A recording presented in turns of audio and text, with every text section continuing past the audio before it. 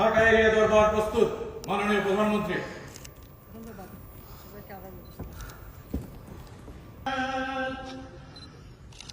ليبلوكم فيما آتاكم إن ربك سريع।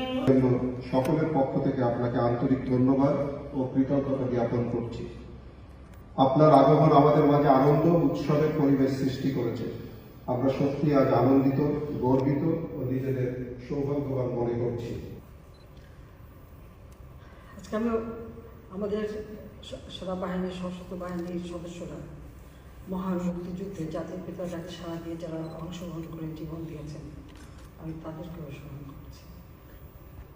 75 15ই August আমাদের জাতীয় জীবনের সবথেকে কনকময় অধ্যায়।